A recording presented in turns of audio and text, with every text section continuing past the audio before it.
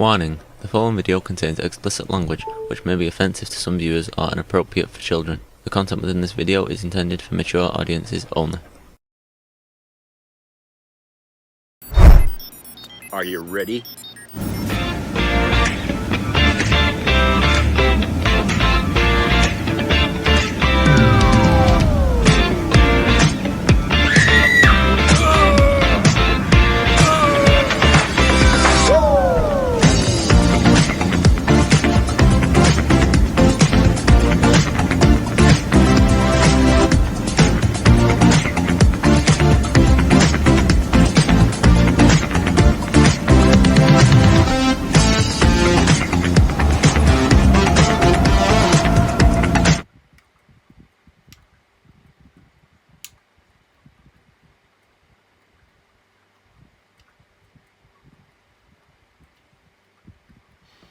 Hey everybody, it's Jeff.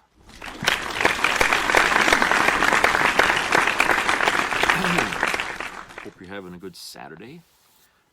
This is Memorial Day weekend here. And yes, I know, smoky. And as expected, the restaurants are packed today as people go out and try to enjoy the weekend, such as it is, because it's not sunny. In fact, it was raining there a little while ago, and it seemed to stop right now. But typically, Memorial Days in Maine have always been rainy, and since we've been having lots of rain this past week, doesn't look like that trend's going to change. Okay. But I'll tell you this much, though, with all the rain we've been getting, the fucking trees are blooming like crazy. I mean, it's just maybe 2 weeks ago, they were just sticks still from the winter. Now they got leaves on them and everything. It's all getting very green out there really quick, you know. And the grass is going like crazy. They mow it, and then 3 days later, it's got to be mowed again. So, lots of water. But not enough sunshine for my taste anyway. We should get some, at least, you know, Christ, a couple of 2-3 days would be nice if we could get it. But we'll see. We'll see what comes. So got a couple of videos here. This first one, you're probably figuring I'm going to talk about it, and you're right. And it's about Trump's speech at West Point as the cadets were graduating. I'm telling you, I mean, this guy can't do anything stellar when he does something. Okay, but anyway, he's going to talk about that here in this video, so let's do that, and we'll come back and reflect on it. Just gave a disastrous speech at the West Point U.S. Army graduation. Donald Trump left the audience stunned. First and foremost, Donald Trump seemed that he didn't even know how to get to the microphone, and he had to be escorted because he seemed like he didn't even know where he was. Watch what took place. Let's play it.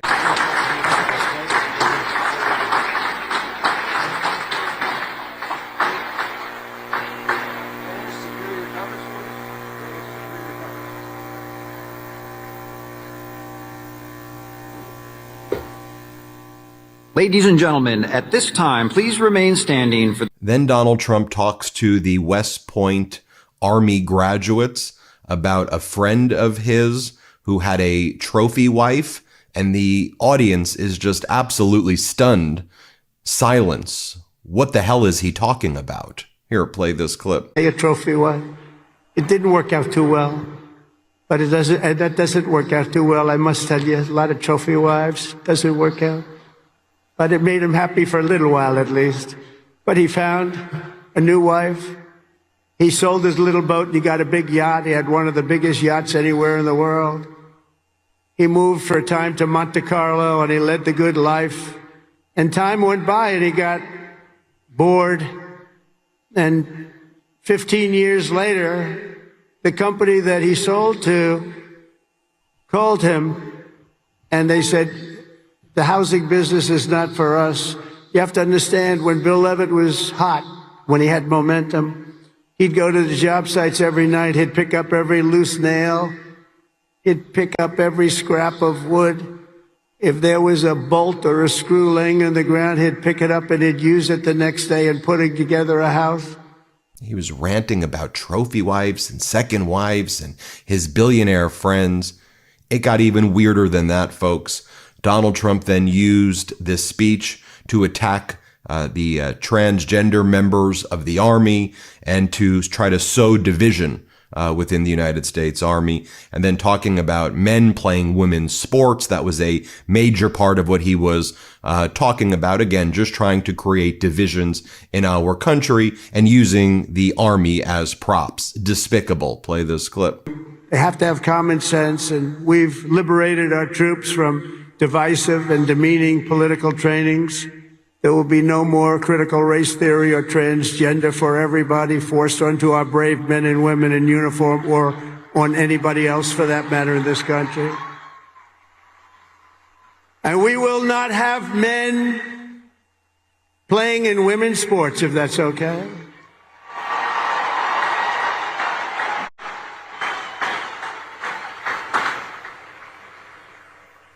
I mean, I wouldn't want to have to tackle, as an example, Bryson as a man.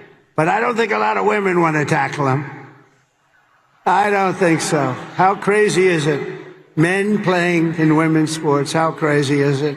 So ridiculous, so demeaning to women. And it's over. That's over. We've ended it. It got even more despicable from there. He started to attack former President Obama and was lying and saying that we used to have hypersonic weapons, and then former President Obama gave it to the Russians.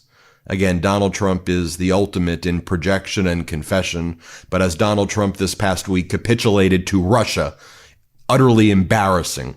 As Donald Trump basically did no sanctions against Putin and Trump gave up on negotiations between Russia and Ukraine, Donald Trump is speaking before the United States Army, attacking a former commander-in-chief and defaming him. This is the height of defamation. It is despicable. Play this clip. Hypersonic rocket.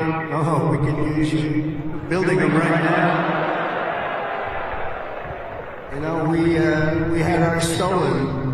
We are the designer of it. We had it stolen during the Obama administration. They stole it. You know who stole it? The Russians stole it. Something bad happened.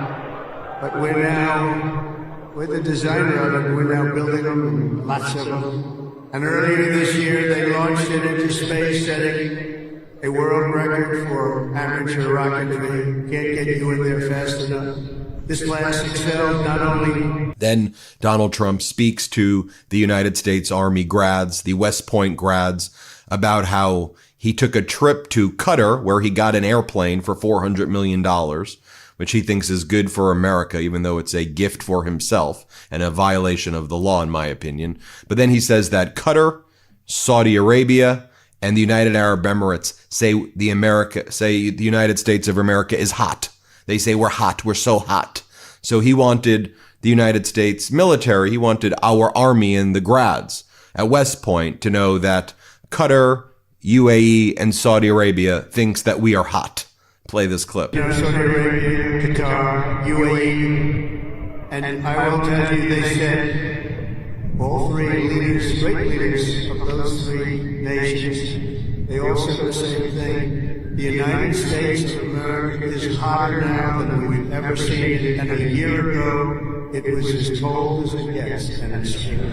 It's true. We have the hottest country in the world, and the whole world is talking about it. It's an honor for all of us. I cannot wait to see the glory that is still ahead. However, for the West Point class of 2025, and we're going to help you a lot because we're going to give you a nation as good or better than it ever was. That's what I promise you. We are hot. What the hell in the world is he talking about? Then he goes on to talk about how that because of him, there will now be an end to ideological experiments from within. And he seems to attack the United States of America for doing ideological experiments. Here, play this clip. You see what's happening. You see what's going on in the world. each of you is entering the officer corps at a defining moment in the Army's history. For at least 2 decades, political leaders from both parties have dragged our military into missions it was never meant to be. It wasn't meant to be. People would say, why are we doing this? Why are we wasting our time, money, and souls in some cases? They sent our warriors on nation-building crusades to nations that wanted nothing to do with us, led by leaders that didn't have a clue in distant lands, while abusing our soldiers with absurd ideological experiments here and at home. All of that's ended, you know, all of it's ended strongly. They're not even allowed to think about it anymore. And by the way, I'm sure that Russia and China is clipping all of this, and they're showing their military, and they are laughing and mocking the United States of America. They're laughing in our faces about how utterly pathetic this is right here. Then Donald Trump talks about how he uses the military in how he sends the military to the border, and how he's using the United States troops for mass deportations, how he's sending the troops against people within the United States and sending them to the border. Here's what he talks about here. To protect our own borders from invasion. Our country was invaded for the last 4 years, and they've allowed people to come into our country that shouldn't be here. Criminals walk in, no vetting, no checking, no nothing. Where are they coming from? And they were taking people out of prisons, they were taking gang members, they were taking the mentally insane and allowing them to come in, and we're getting them out of our country. We have no choice. We're getting them out and bringing them back where they came from. Have no choice. And it's not easy. It's not easy. But hopefully the courts will allow us to continue. You know, we had the greatest election victory. This was November 5th. We won the popular vote by millions of votes. We won all 7 swing states. We won everything. We won 2,750 districts against 505. 2,750 against 505. We had a great mandate, and it gives us the right to do what we want to do to make our country great again, and that's what we're going to do. And on day one, I deployed our military to the southern border, and since that day, we've reduced the number of illegal border crossings, where there used to be hundreds of thousands of people coming into our country a day. We had nobody come in the last week and a half. We were at 99.999%. 99.9. And again, there's no acknowledgement from Donald Trump that 2 individuals died during that mission. He's never said their names once.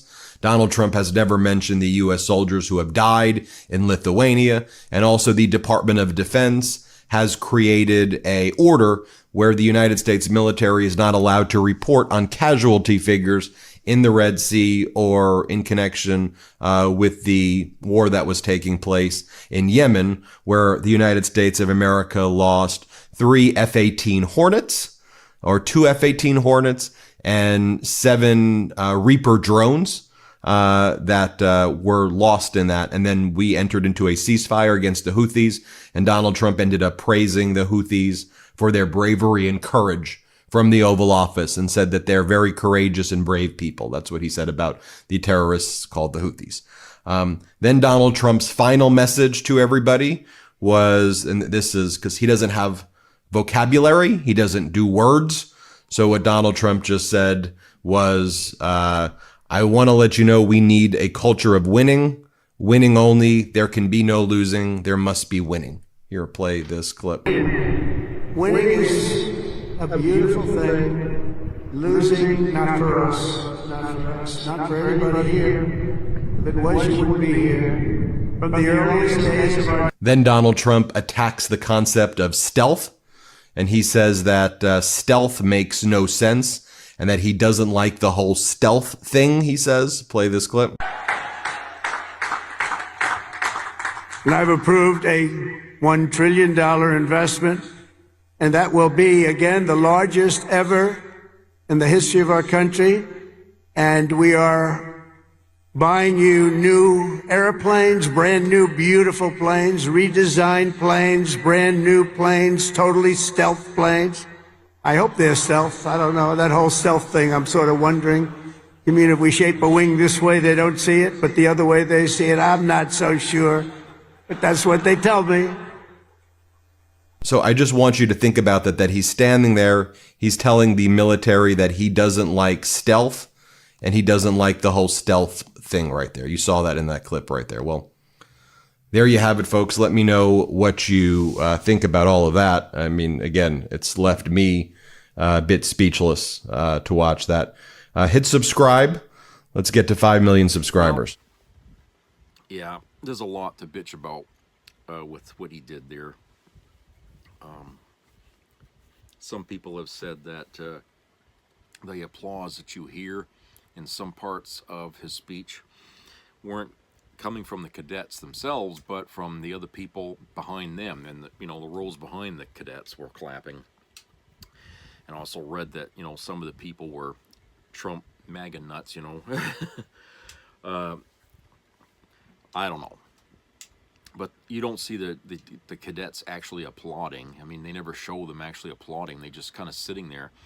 But at the same time, what do you expect cadets to do? Okay, they're not going to boo and all this shit.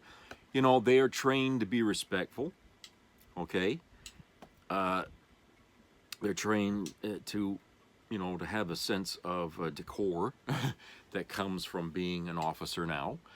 And they're not going to be raucous and all that shit and applaud when it's inappropriate or whistle and do all that shit when it's inappropriate. They were taught to be respectful.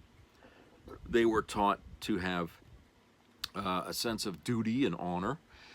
Those are things that you won't find in Trump, okay? In fact, Trump, the speech that Trump, the whole debacle, okay, let's just say this. It would be like inviting Hannibal Lecter, using one of Trump's things, It would be like having Hannibal Lecter lecture a bunch of new officers. What the hell do you think he could convey to these people? All right? Trump is a criminal. All right? He's a rapist. He's a liar. He dodged the draft, no less. Okay? And he has no respect for American law. He thumbs his nose up at the courts. Those people he was talking to at that West Point graduation, these people were trained to defend the things that he despises. Remember when he went and he said that, what did when he went to Normandy there, when they had, was it last year, was it? I think he went over there. Everybody was kind of pissed that he went. But he went over there and he said, what do these people get out of this? At the graves. What do these people get out of this? And then he calls veterans suckers and losers. I'm pretty sure that a lot of those cadets were thinking that as he was up there with his stupid red hat on, talking and rambling for the most part. When he wasn't reading off the teleprompter, he just went off into tangents. Okay? I don't think anybody could understand what the hell kind of point he was trying to make at any, so he was up there like he was at one of his rallies. Okay? He just did the same old. And it was insulting. I really think it's insulting. Of all the people that they could have invited to give a speech to these people, he would be the last person I would ask. But because he sits in the president's office, I guess it's tradition that the president say something. But I'll tell you, for a man who despises the military and the fucking country he represents, he doesn't qualify to be standing up there talking to these people. He talk about losers and a sucker. He's a loser and a sucker because he thinks he knows business and he doesn't. Okay? He's lied to himself so much that he really actually thinks he can be a businessman, but he has no record of it. He can't accomplish anything. He can't. Everybody calls him what? You know, he's everything he touches turns to shit. Well, it's true. Up to date, nothing he's ever done benefited anybody. Okay, and he's ruined things even for himself. You know, like I said, you know, casinos where he should have been guaranteed to get money and not lose it, he failed at it. So not only does he fail us as a people in this country, he's failed himself 6 times. And going to be number 7 here soon. I mean, he's going to bankrupt America if he hadn't done that already. But, you know, he doesn't do anything successfully. He's incompetent.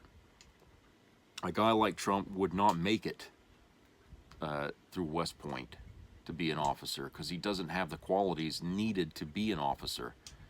Okay? And the fact that he goes to Russia or, you know, or other countries and he salutes, like, you know, in Saudi Arabia, and he salutes the military people over there when he is not supposed to do that. And he does it anyway, but he won't even bother to show any respect for our people. No, I'm sorry, but Trump does not belong speaking to anybody of any caliber at all. And I'm pretty sure that a lot of the higher ranking officers watching that were shaking their heads, you know, sick to their stomach, because I know I was feeling that way.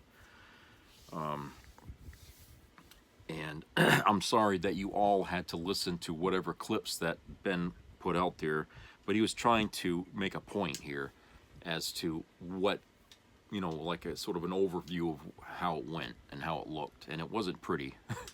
Okay, it just wasn't pretty.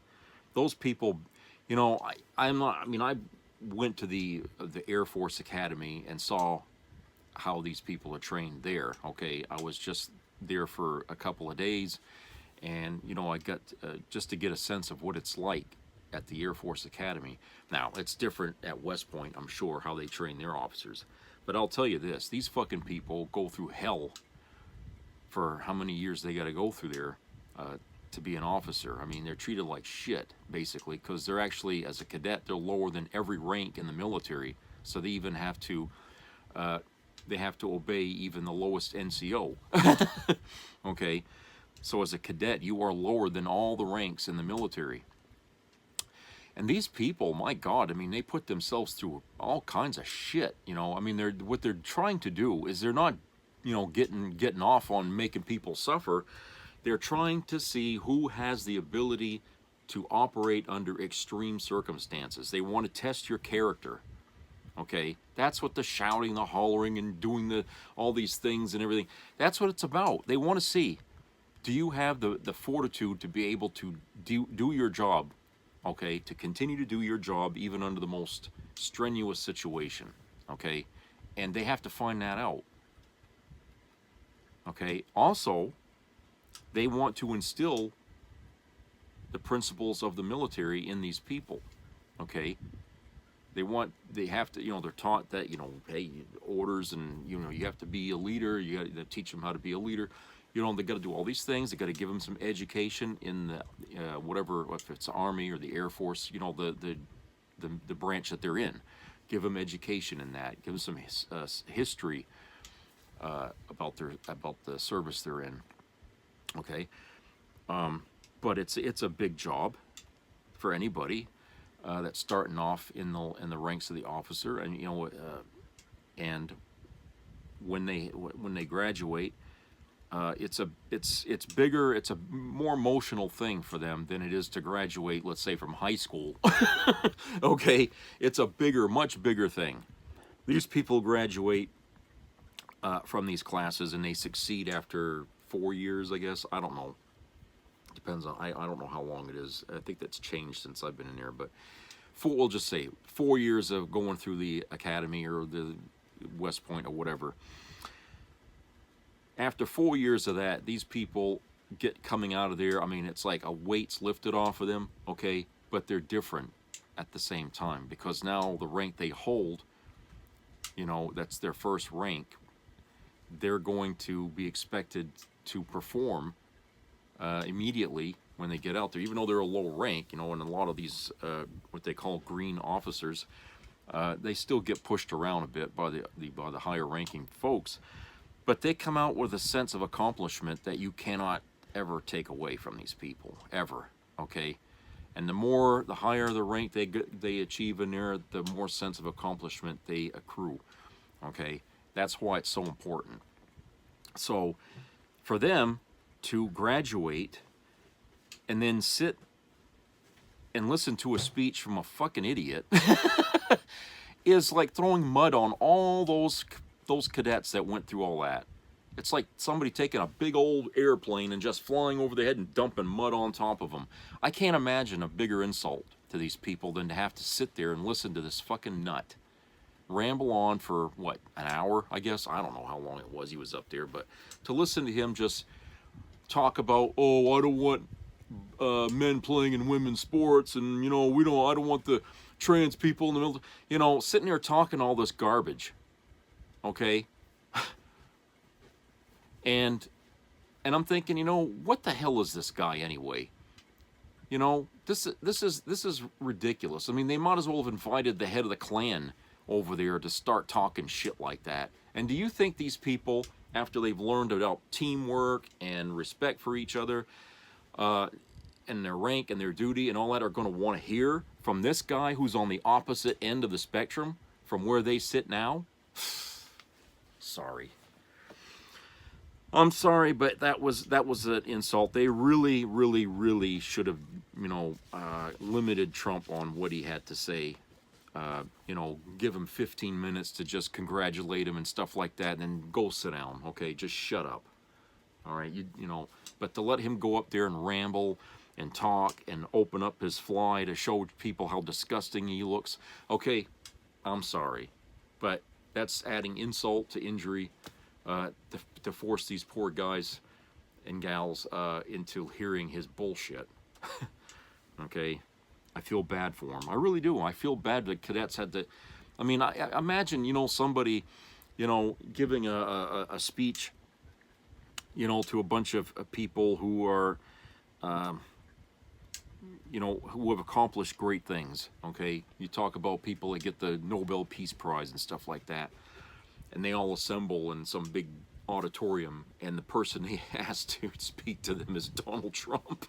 Jesus, that's even more crazy to think about than that. But you know what I'm saying, okay? It's an insult. It's an insult. You know, Jesus. So, you know, our country has fallen from grace considerably, and it reflects badly when our president is going around doing what he's doing, acting like a fucking dictator at every chance he can get. All right, it's really sad. It really is, okay? And like I said, I feel bad for these guys.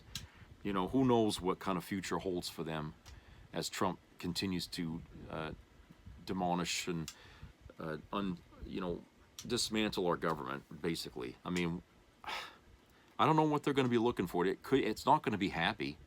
These people are going to be dealing with all kinds of shit that they normally wouldn't have to if it was a different president. Okay?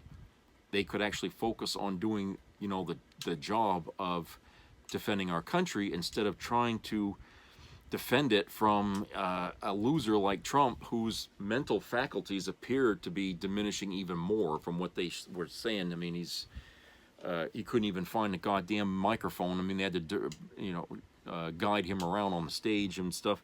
He's falling apart. I mean, but, you know, I don't think that really matters to the Republicans, because Ronald Reagan was in bad shape by the time he finished his second term. Okay, he really was. And a lot of things that happened under the Reagan administration was not done by Ronald Reagan, but the cronies around him, okay, in his administration. They covered his ass. You know, they basically ran the country for maybe 3-4 years during the end, where Reagan was, you know, he was just suffering heavily from dementia and Alzheimer's too. I'd imagine that's what he had, was Alzheimer's. But yeah, that's what they did. They wouldn't even let him step down because of fear of losing their momentum in what they were trying to do. Okay, and they're going to do the same thing with Trump. They're not going to, have him step down from the office because he's fallen apart mentally. I mean, at least Biden had the balls to be able to do that for the sake of the party. But you think Trump's got that same kind of, sense of duty to do the same for his party? No, he won't do it. He'll stay there. He'll occupy that chair in the Oval Office until the damn guy just dies in it. Okay, but he's not leaving, and they're not gonna let him leave. And that's really ridiculous. I mean, I guess the dingbats that he's got around him for an administration really don't care whether he's falling apart or not, because they're just like vultures circling around a corpse. I mean, they're waiting for him to drop dead so they can all pounce. That's kind of what I get from his administration, is these are all hawks just waiting to pick up his baton and continue with the bullshit. He started it and they want to finish it. Okay? And that's kind of how, I look at that.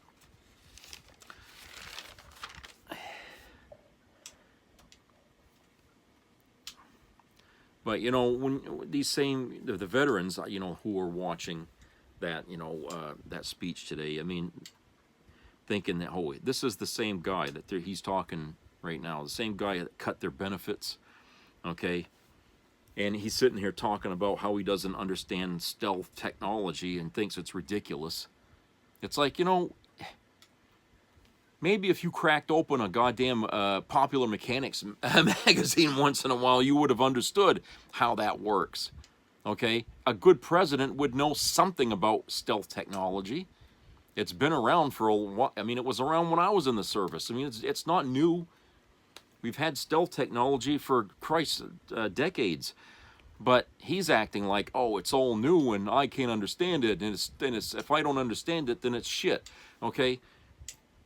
So he shows his age as well when he's talking, but it's a guy who's out of step with everything. And then he tells this big fucking lie that has absolutely no credibility at all, that's already been investigated by different news agencies and stuff. He lies about how the sonic missile technology was stolen under Obama.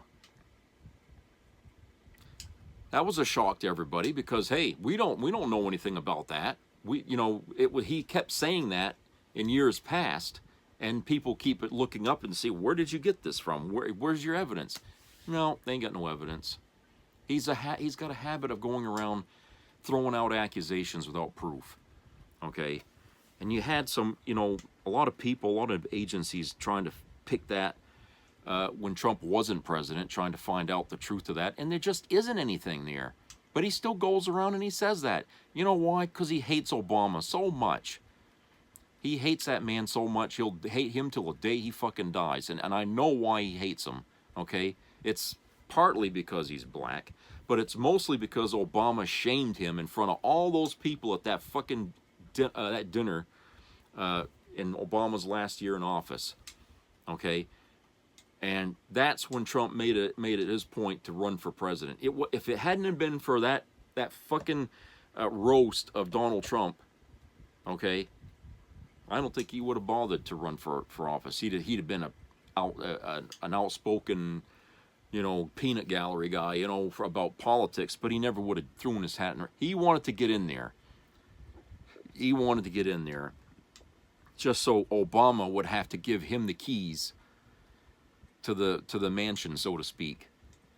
That's what that was about. Okay.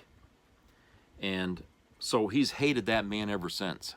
And so anytime he can think of something and pin it on him, and of course MAGA will believe it, that's all he cares about, is that somebody believes it. They'll run with it. They'll do all kinds of things with it. And I know the conspiracy nuts in MAGA have already tried to come up with ways to prove that it's true, but there isn't any. There's no evidence. It's never been proven. But he does it anyway because he hates Obama. Okay?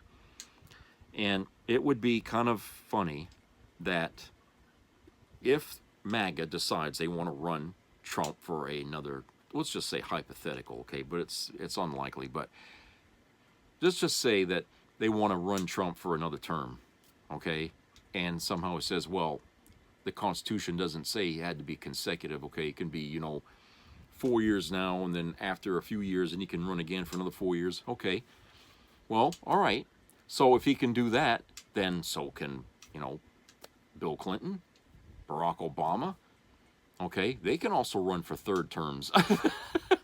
Do you actually think Donald Trump could win an election against Barack Obama as he is now?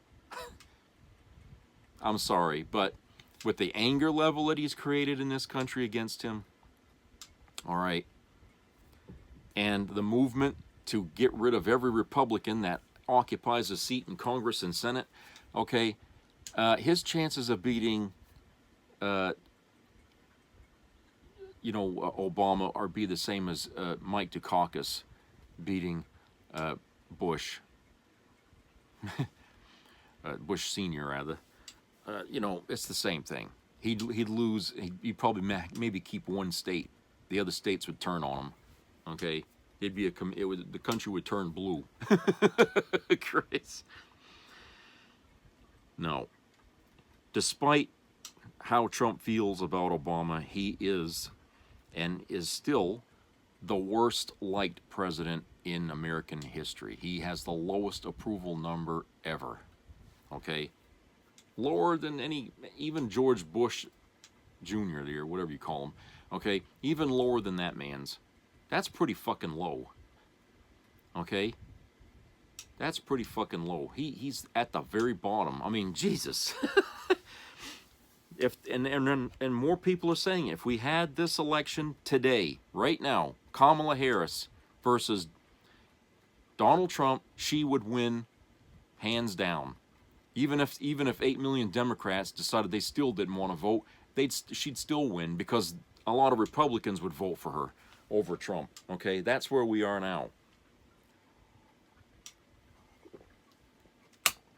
So that, that trope that everybody says, Trump has a mandate. Well, that was false to begin with. He only won by a small percentage point against Kamala. So he never had a mandate. But he never would win now if he ran. Because the margin was so close. Originally, it would be, his loss would be overlapped. So he just wouldn't make it. He wouldn't make it. And this is just 4 months into his presidency. That's the quickest drop of a presidential approval number in 4 months in history. No president ever sank that low that fast. But he don't seem to care. And the fact that he doesn't care tells you what's happening in this country is exactly what he wants to have happen. He wants to burn it right to the ground. Let's go to a commercial break. We'll be right back.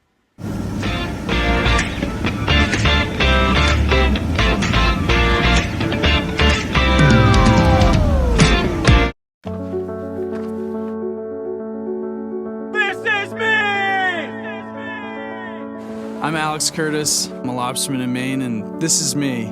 I'm Roxy Sugar, and this is me. I'm Eric Hopkins. I'm an artist, and this is me. This is me. Me. This is me. This is me. At the end of the journey, the main thing is you, original.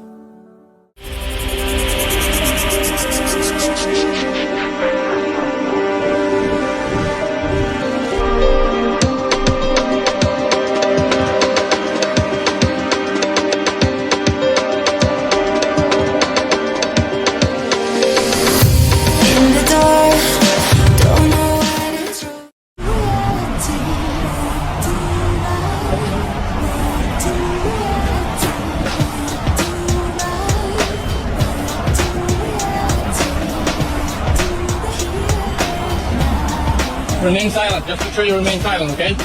Don't answer any questions. Just say, plead the fifth.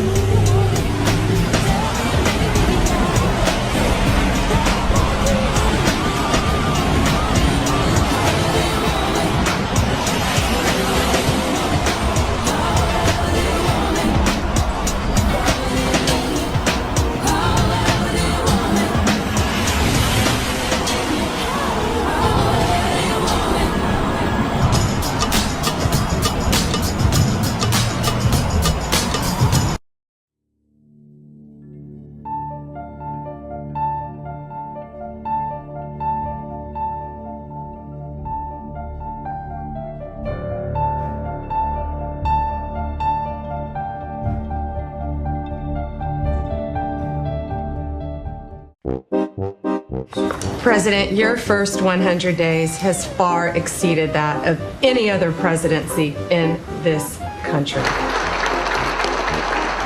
Ever. Never seen anything like it. Thank you.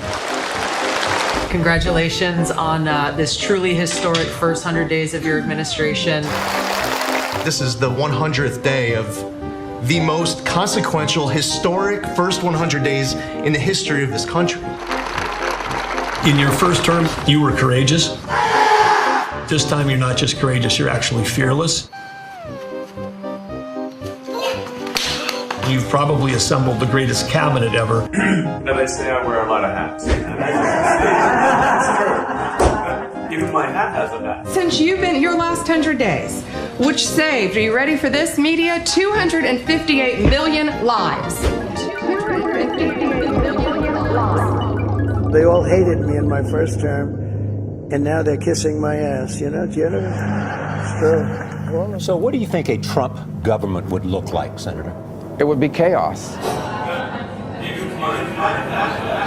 Donald Trump is a con artist. They kiss my ass. Thank you. It's true. They kiss my ass. By the way, thank you for the opportunity. Thank you for that. And it usually starts with the president. Over the next 100 days, we're going to do much, much more.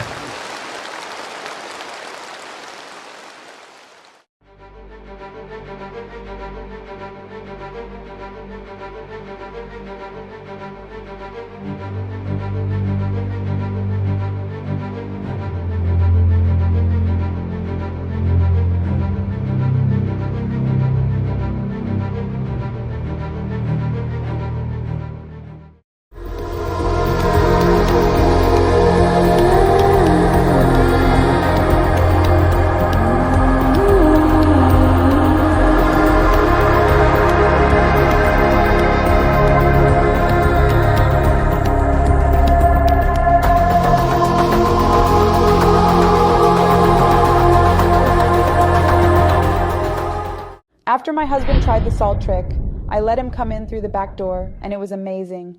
My plumber was over 60, but he left me with limp legs for 2 hours after doing that dirty trick you taught me. That's what my friend told me. Can you believe it? Don't drink salt water before bed unless you want to stay hard all night and make your wife spray like a fire hydrant. Yes, salt.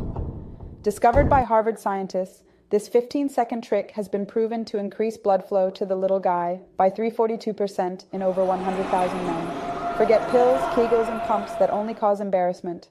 This salt trick is natural, easy, discreet, and helps any man be ready whenever needed. As hard as a rock. Your only task will be to use this trick for just 15 seconds in the bathroom and watch the magic happen. It might sound strange, but I'm sure your wife or girlfriend will thank you for this. So pay attention, go to the kitchen and grab some salt. Here's the secret. Adult film stars have been using this trick for years. That's why they're always ready for 2, 3, or even 4 shoots in a row. And now you can too. It doesn't matter if you're 25 or over 60, the famous morning wood will be inevitable. Want to know how it works? I'll show you how to do it the right way. I recorded a free, uncensored, and very satisfying video at home. However, it will only be online today and only for the smartest. If you're ready, click the link in the description or the pinned comment and see for yourself. You'll thank me for this, but make sure to watch with headphones. As I mentioned, the video is uncensored and shows exactly how this trick works to make your partner as hard as a rock.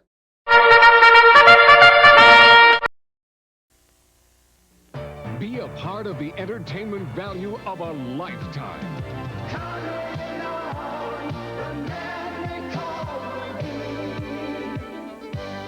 I loved it. It was the best performance I've seen in a lifetime. I loved the show. I liked it very much. He's a very entertaining man. It's well worth the money. Now appearing in Charlottetown, coming to Halifax November 6th to the 18th, and St. John November 20th through the 26th.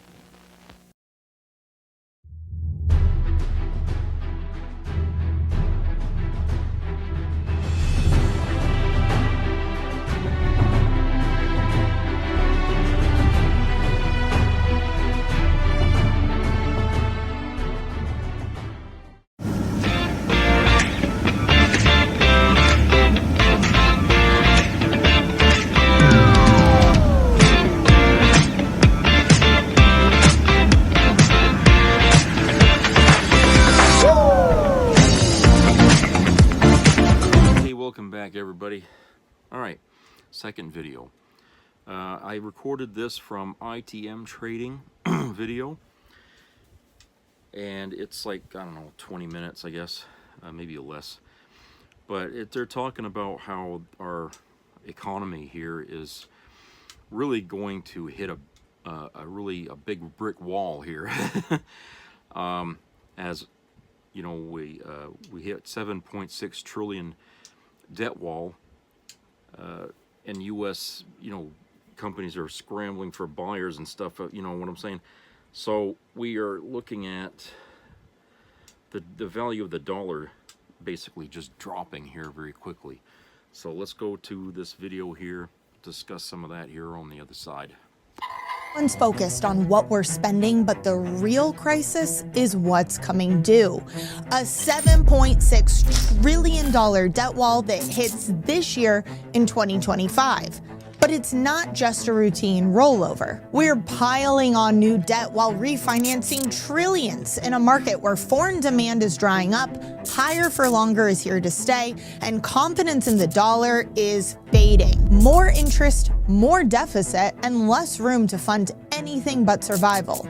And if you have dollars, retirement, or savings in this system, you are exposed. So what happens when the world's largest debtor needs to roll over $7.6 trillion, but the world doesn't want to lend? How does the dollar itself being at risk impact your savings? And most importantly, how can you use this information to protect yourself before it's too late? Let's get into it.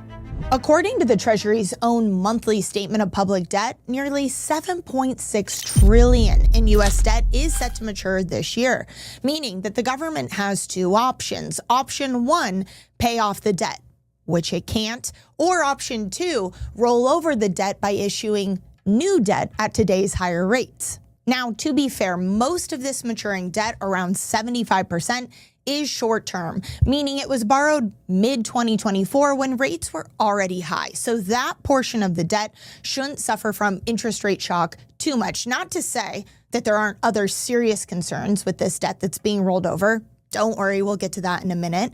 But when we're talking about trillions of dollars, even 25% or roughly $2 trillion that was borrowed during ultra low rates that now has to be reborrowed at rates that have almost tripled, that is terrifying. And although today it's not a question of if the United States can pay it back, at least not yet, the question still remains how. Stay with me, let me explain. It's no secret that the U.S. has a debt problem. Without sound money, such as gold, there are no fiscal guardrails, meaning it's no surprise that the dollar is following the same path as every fiat currency before it. As Ludwig von Mises, the famous Austrian economist, once said, there is no means of avoiding the final collapse of a boom brought about by credit expansion. The alternative is only whether the crisis should come sooner as the result of voluntary abandonment of further credit expansion, or later as a final and total catastrophe of the currency system involved. But just because we've handled it so far does not mean we can continue to do so.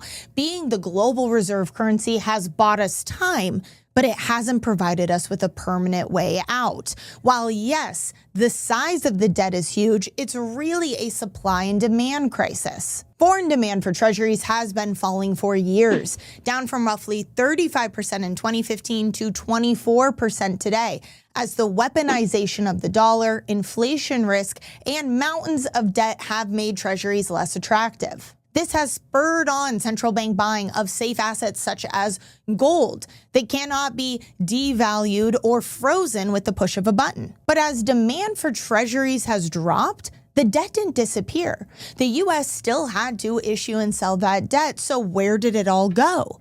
This is where it gets scary. The U.S. itself has been the ones picking up the slack, which, as you can imagine, poses serious systemic risk to all of us. U.S. households, pension funds, U.S. banks, money market funds, they have been the buyers. But unlike foreign buyers who slowly have been offloading their U.S. treasuries, U.S. institutions don't always operate that way. We just recently saw this play out with the hedge fund basis trade unwind, where hedge funds using risky leverage, sometimes 100x to make a profit off of small price discrepancies in the treasury market, were forced to rapidly dump their holdings due to market volatility. Whereas U.S. banks have the opposite problem. They buy long-term treasury bonds and have been forced to hold on to them because they're technically unrealized losses. They're declining in value, but as long as they don't sell them, everything is fine. Although we know how it plays out if they were forced to sell them, if they needed liquidity. It's exactly what happened to the now failed Silicon Valley Bank.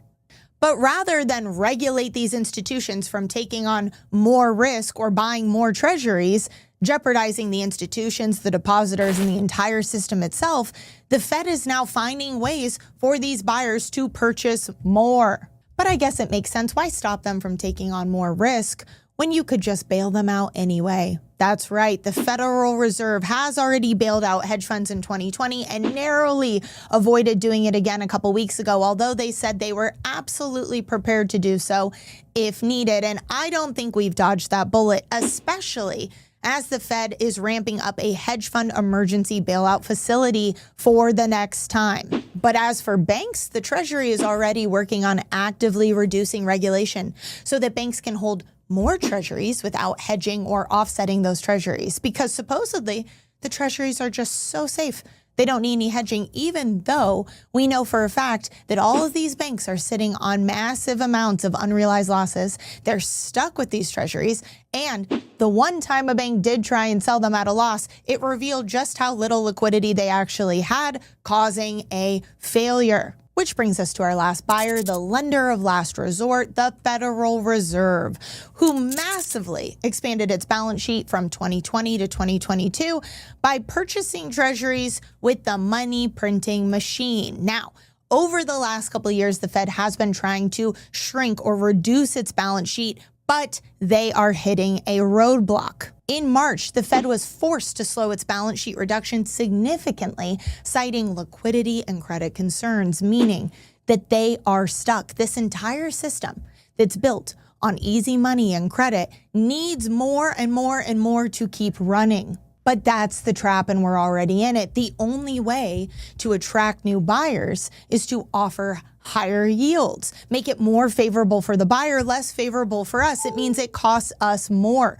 to finance our debt which keeps growing. This is the debt death spiral.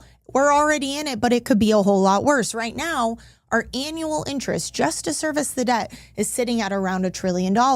If we have to roll over and mature $7.6 trillion, we could be looking at hundreds of billions in additional interest payments per year just to service our debt, which means we'd have to print more, devaluing the dollar further, which would destroy the little bit of confidence the world has left in this system. Tell me what you think. Do you think that this is sustainable, or do you think they're just holding on and they know what's coming and they're squeezing what they can out of it before it all crumbles? Tell me what you think in the comments below. Because this is spiraling out of control. It's no longer up to the Fed or our own institutions. Just last month, S&P Global, one of the big three credit rating agencies, threatened another downgrade on the U.S. credit. This follows Fitch's downgrade last year on U.S. credit, something that most people thought would never happen, because as the debt is downgraded, that means that borrowing costs go up because the U.S. debt is now considered riskier, meaning that those who hold it should be paid more for taking on risky debt. This is a clear signal that U.S. Treasuries, and therefore the dollar itself, is no longer safe. You know it's bad when the institutions themselves that benefit from giving a positive rating are coming out and saying, our hands are tied, we have to downgrade you. But what does all of this actually mean for you? Well, initially, there's going to be a lot more pressure. We could see a slowing economy, rising inflation, capital controls, the list goes on. But the big one is going to be people who are stuck inside the system holding their dollars. Those are going to be the people who are going to suffer the most. This is something that central banks already understand. It's why they are moving away from the US dollar and dollar denominated assets as quickly as possible without setting off alarm bells, because they don't want to be the last one holding the bag. We know the trajectory of the dollar, so do they. We've all lived it, which is why they are moving at the fastest pace in modern history into gold, real tangible assets that, again, cannot be inflated away and have no counterparty risk. Gold isn't about gaming the market or a volatile trade that you hope pays off. Gold is about opting out of their trap now and making sure you have your insurance policy in place. I talk about gold week over week on this channel, and all of my research and everything I see only makes my convictions grow stronger, that I am prepared and ready for what's coming next. There is a slow motion collapse of the dollar, but like an avalanche, it is picking up steam. And there are a lot of people who are content to be asleep and not pay attention to what's coming their way. But when it hits, they will wish they had taken action then. Now is the then. I get asked all the time, okay, Taylor, I hear you. What can I do to protect myself? Well, if you haven't already, there's a reason we have created the free ITM Gold and Silver Guide. It is an incredible first resource for anyone out there, whether you're new or you've been stacking for a long time. It has a ton of great information. All you have to do is click the link below or scan the QR code to get your free copy today. That is step one. But if you're concerned about protecting the wealth that you have worked so hard to build, you can also always talk to one of our expert analysts. Make sure you have a strategy in place, even if you have one. Get a second opinion. Talk to one of them by calling us at the number below, clicking the link in the description, and setting up a time that works best for you. Or again, scanning the QR code, whatever works. Just make sure that you're protected. That is what I care about most. And as always, I so appreciate you being here. I'm Taylor Kenny with ITM Trading, your trusted source for all things gold, silver, and lifelong wealth protection. Until next time. Oh boy, yeah, it's pretty bad news, I guess.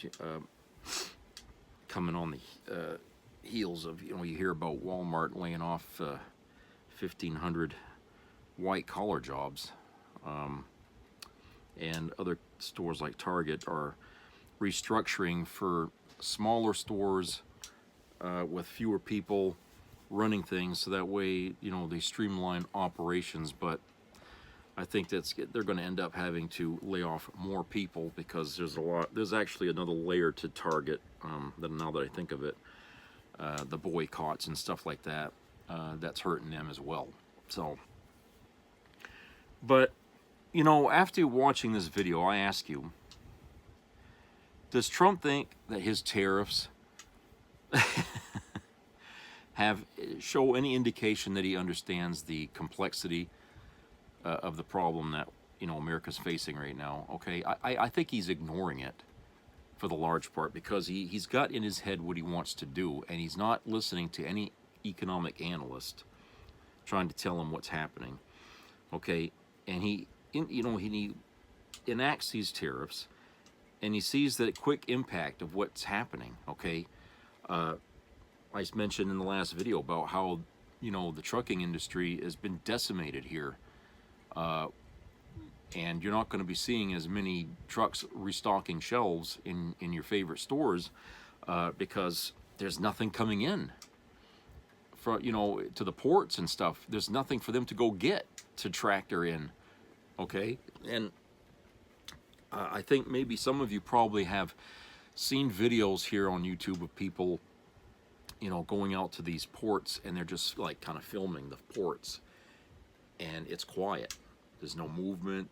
There's no containers sitting there. There's no ships out in the ocean. Okay, there's nothing. All you hear are the seagulls. There's nothing. And that's the same happening on the East Coast as on the West Coast. And this is what his tariffs have done. People are just going to say, fuck the U.S. We're not tied to the U.S. so badly that we need to do business with them. We can make new ties with other countries and do business with them. And that's what they're doing. And when they do this, when these other countries ignore us and they start trading with each other, the value of our dollar becomes irrelevant. I mean, it's like at some point people are going to say, what the hell do we need the dollar for?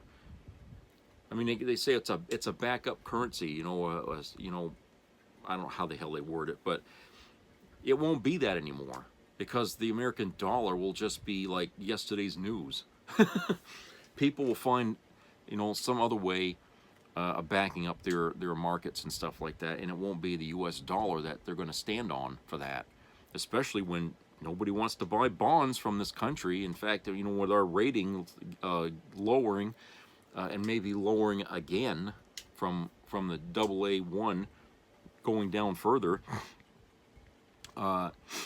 when that happens, I mean, that's probably going to be what sets off, you know, the world really cutting all their ties to the U.S. in every way possible. I mean, they're just not going to deal with the country. And, you know, trying to reclaim where we were after that, well, you know what the other countries are going to do? They're going to tell us, look, we'll do business with you, but under one condition. You have to start paying off your debt. You hear what I'm saying? You're going to have to pay off your fucking trillions and trillions of dollars in debt before we decide to ever do business with your country again, on top of lifting all the tariffs, okay? Because, frankly, we're doing fine without you. And if we get back into bed with this country, we're going to be dealing with an unstable economy in the United States. And frankly, you guys have more debt than you can carry now. So why should we decide? So even if we get a Democrat as president, you know the rest of the world is going to hold us over the fire now over this debt that we have. How do you think the United States is going to pay that debt off? That's right. It's going to fall on us. They're going to make it so impossible for this country here to live in. I mean, it's going to be ridiculous to pay off that fucking money. I had the number in my head what it is per person, how much of that we each carry, even the babies. Okay, and it's astronomical. All right, it's incredible what every one of us would have to pay to contribute to paying off the debt. So, like I would say, you know, and of course, you know, like we're going through this point where people can't even pay off their college debt, and the debt that we owe. You know, if we had no debt or any college debt at all, but we had to pay off this country's debt, it would be higher than a college debt. So we would all be asked to do that in whatever job we had. But if we can't pay that off, and in such a way that would encourage other countries to want to do business with us again, then we're going to still be, you know, on a raft without a sail. I mean, out in the deep ocean. I mean, we're not going to be able to go anywhere with our economy, tariffs in place or not. And this is what Trump has given us, is that even if he decided one day, you know, if he got up out of bed and he had like 5 minutes of clarity, okay, and his brain was actually firing on all thrusters, even if he lifted all the tariffs right now, we couldn't get it back. We couldn't get back what we lost in those last 4 months. We couldn't, because the countries have lost any interest in doing business with the United States. Okay, even though there's a willingness in this country to continue to buy from other countries, they're just not going to deal with us, because we are not a stable economy now. And you know, cutting Medicaid and all this other shit only compounds on top of the deficit. But to give all the rich all that money, okay, that he's going to take away from us to give to them, so they'll just sit on it and not spend it and not invest in the country they live in with it, doesn't help anybody. It's not going to help businesses. It's not going to help the workers. It's not going to even help their fat asses, but just have the knowledge that they got money. They'll spend their money on other countries, things from other countries, but they won't fucking spend it here. So, like I said, this is the attitude that Trump brings into this our economy now. In just 4 months, he's shifted the focus of things in such a way that we're in survival mode now. Everybody is in survival mode right now. And Congress, you know, honestly speaking here, Congress has never done a very stellar job at managing the budget. Okay, no matter who the hell the president was. But this Congress, in its arrogance and its brokenness, is really topping the worst Congress we've ever had. And so we are just at the mercy of fucking these people, MAGA, Trump, whatever. We're at their mercy, and this is the minority now running the country. This is the minority party, okay, running the country. Now we know why they were a minority party to begin with, because nothing that they ever had for an idea would actually work. But now that they got their chance, they got their foot in the door at the last minute and managed to get their ass in here, in the government and running things. Now we're seeing why they were always the minority party. It's because nothing they ever introduced to do anything for this country was actually meant to work. Okay? Everything they did was all about trying to smear the Democrats, be the opposite of anything that they say. Okay? But now, given the reins, they can't do anything. They can't govern. They can't make anything work because none of their ideas had any fucking weight. Carried no water, as they say. And people, over the years, have always took apart their theories and their ideas and laid bare what the hell underneath would do to this country if any of these people ever got their way and got into the White House and enacted some of these things that they wanted to do. They always have educated people to say, look, if they get in there and they want to do a tax break for this, this is what's going to happen in the end. How this is going to affect you, as a consumer, as your, the average citizen, how this will affect you, how it'll make things more expensive for you. Okay? And so, people have learned to be wary of Republican ideas, but in this case, a lot of people just did not pay attention. And Trump was spinning a web of fucking lies and bullshit that really convinced these poor motherfuckers here that he was telling them something that was legit, and they didn't find out till after he won just how wrong he really was. Okay, and now a lot of these people who voted for him, making videos on TikTok, crying about how they had a good job, then they lost it, and now they're working at a job that's paying them like less than half of what they were getting at the job they had, and they got this, big debt they got to pay because they went to college and they got a degree in this, but they can't use it because nobody's hiring. This is a familiar story here with a lot of people who voted for Trump, and now they're caught right in the goddamn grinder, along with a lot of Democrats who knew better. But the thing is that they are suffering now, and so they're learning the lesson the hard way that we were trying to tell them through the whole campaign the last 2 years about Trump and what he really is. Okay, but because politics is so divisive in this country, because we've made it that way, because it's such a football game for others, that nobody wants to believe that their team is the losing team. Okay, you know what I'm saying? Nobody wants to believe it. The Republicans are always being attacked because every time they propose something, it's flawed. It doesn't work. We try to show them it doesn't work, but they don't fucking acknowledge it. So it puts them always on the defensive. And these people have gotten so tired of being on the defensive that they just won't listen to anybody that has anything logical to say. No matter how much facts they throw in their face, they won't listen to it because it's like, if you abuse a kid all the time, the kid's just going to grow up being miserable and ugly and hateful and all that because he's used to it. Well, that's what the Republican Party is. They're the abused kid that's ugly and hateful and doesn't trust anybody because they've been abused by their own fucking party for so long, and the Democrats have been trying to tell them stop listening to them, and they won't listen to us because they've been told don't listen to them. They're the ones lying. Okay, these people don't know which way the sun comes up anymore now, so they don't want to listen to facts. You can give them all the background, the accredited things that they go with the facts that they're getting it from. Okay, government agencies, news media, anybody where there's facts, they immediately call that fake news. Okay, They've been told to call it fake news by Trump himself. He taught them to do that. That's another way of saying, well, I don't care. I don't know about it, but I don't care about it. When you call it fake news, it's like, I don't care. I don't care.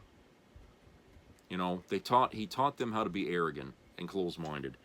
And that's really how we got where we are, is because too many Americans got that attitude where facts don't matter anymore because people don't want to bother to trouble themselves to even think.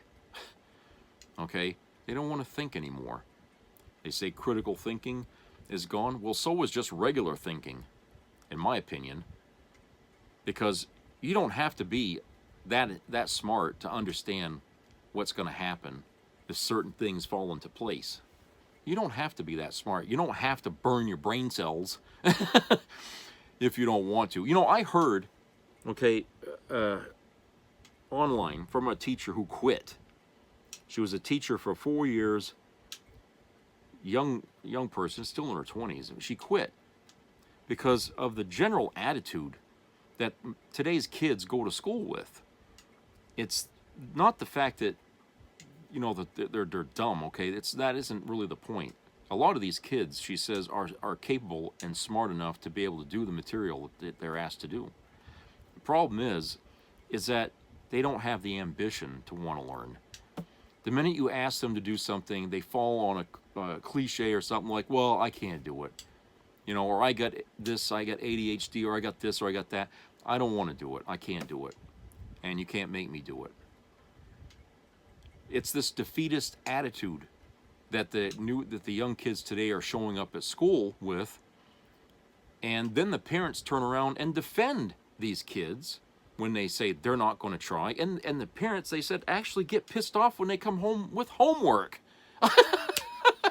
You know, and I can't remember what state this person was, what teacher, you know, where she was at, but it was online that I saw it. It was, you know, just talking to a young teacher that said that, you know, her point of being a teacher really is moot, because not only are you fighting with the students and the parents, but you're also fighting with a government system that doesn't know where the hell they want to go with education. 1 minute it's this, 1 minute it's that, you know, and it's constantly under fire from, you know, people that are trying to say, well, they can't read this, they can't read that, or, you know, I don't want them, you know, hanging around with gays, or I don't want them trans people. You know, we're up here squabbling over the whole system of education, and the fallout lands on all the teachers' desks, and they're trying to make sense of it all.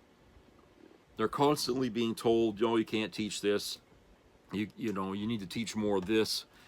Okay, almost every year the curriculum is different. It changes, and it's hard for them to even maintain, you know, a routine of, if you will, of things that you have to go through. I mean, the way that I was taught by teachers in school really is not the same anymore.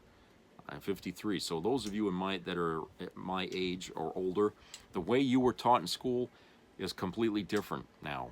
It really is. And actually, some teachers, you know, have said that introducing technology into the classroom has not helped at all. But I find that hard to believe, because when you go to other countries like Canada and China, where technology is in use, those kids are still coming out smarter out of their schools. They're actually outperforming American kids, and they have technology in there. So I still believe that technology can help. It's just maybe we're not using it in the correct fashion. And maybe we need to look at these other countries to see how they're using technology in their classrooms. And then there's, of course, the other side of the thing where they say, well, it costs money to have computers all over the place and all this. Yeah, it's true. It does cost money. Those countries are not afraid to invest in education like we are. Okay? Whenever you invest in education, you get back tenfold. We did that when we introduced the GI Bill in this country, when veterans came home and they used that to go to school. I mean, it created a mass wave of, you know, people with degrees and stuff like that, put a boom in the system. Okay? It benefited the country for decades after that, when people could use that. But now, you know, we don't invest in that anymore. I mean, a lot of schools out there, they're older than I am. Okay, and they're still, and they look retro when you go in there, and some of them are still using chalkboard and stuff like that, and maybe they might have a laptop or so, or you know, the kids, but they're not really geared. You know, we're so far behind the rest of the world when it comes to that, and our schools are really just, you know, there's a lot of problems. I admit that there's a lot of problems there. Okay, and I feel bad that people that are quitting from teaching are quitting and just quitting teaching. Some of these people could actually be tutors if they wanted to, tutors for hire. They could teach these kids at their homes if their parents are willing to pay, you know, to bring them into their homes, you know, for a wage or whatever, and teach their kids.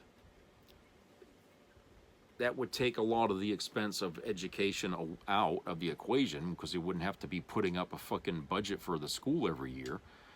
But at least the focus of education would be to educate. All right, and the teachers, the tutors, that, you know, they still have their degrees, they still have the education to teach. People could still, you know, these people could still work on that level. And I knew a teacher in Old Town that, you know, used to do that. Okay, he didn't have a classroom. He wasn't in any school, but he was a tutor for hire. That guy was making a lot of kind of, he'd walk around with a briefcase and a suit coat. I mean, I mean, he was making all kinds of money. A lot of people hired this guy. And, yeah. He helped out a lot of kids. I mean, sometimes he'd go to the school and just use one of their classrooms or something just to bring in the kids that were struggling in there, and he'd help them out, you know, or he'd go to their homes, whichever was more convenient. But I think we should see that happening more. I think, you know, teachers, people that went to school to get a degree in teaching should not just throw it away. Okay, we do need the teachers, so they should try and be creative about how they use that diploma, and really try to work with kids on that level and stuff.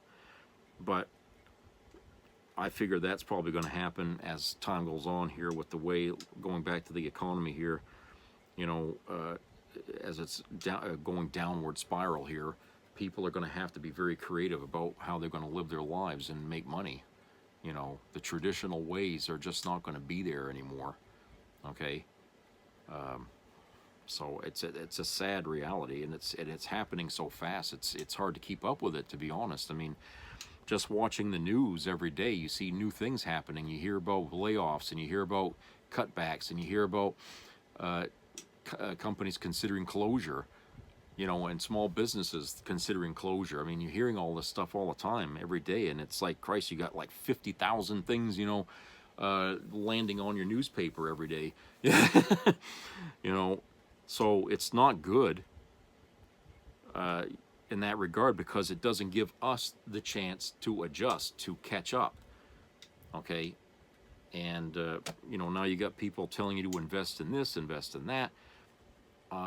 You know, not a lot of us can invest. What money we have goes directly to taking care of our lives. And, you know, when they're telling us, well, put some money in gold or metals or silver and shit like, it's like, well, if we had the money, maybe, but we don't, you know. We can't create a portfolio of investment in something, you know. We just don't. A lot of people have liquidated their life savings. You know, their 401ks and stuff like that, they've liquidated. They need the cash now. They got to take it out now. Some of them, you know, are not even yet ready to retire, but they're pulling it all out. It's a lot of tension, anxiety out there going on, and it's sad, because a lot of people were living the right way, paying their bills as they should, and at the same time, they were being undercut by their own government. And now, with Orange Man in the fucking White House, he's really going to undercut us big time. And I feel bad for a lot of Americans out there. All right, so that's it for today, and I hope everybody has a great rest of the weekend. So subscribe, comment, share, keep your ears open for health-related issues, and be a helpful neighbor. Don't isolate, don't hide, okay? Be there. I mean, emotionally it helps you when you know you're helping somebody to get through something, okay? Can't explain, why it does, but it does. I know, because I help people a lot of times, and it does. Makes you feel needed. And I think we all need that. So I'll talk to you guys later. Take care.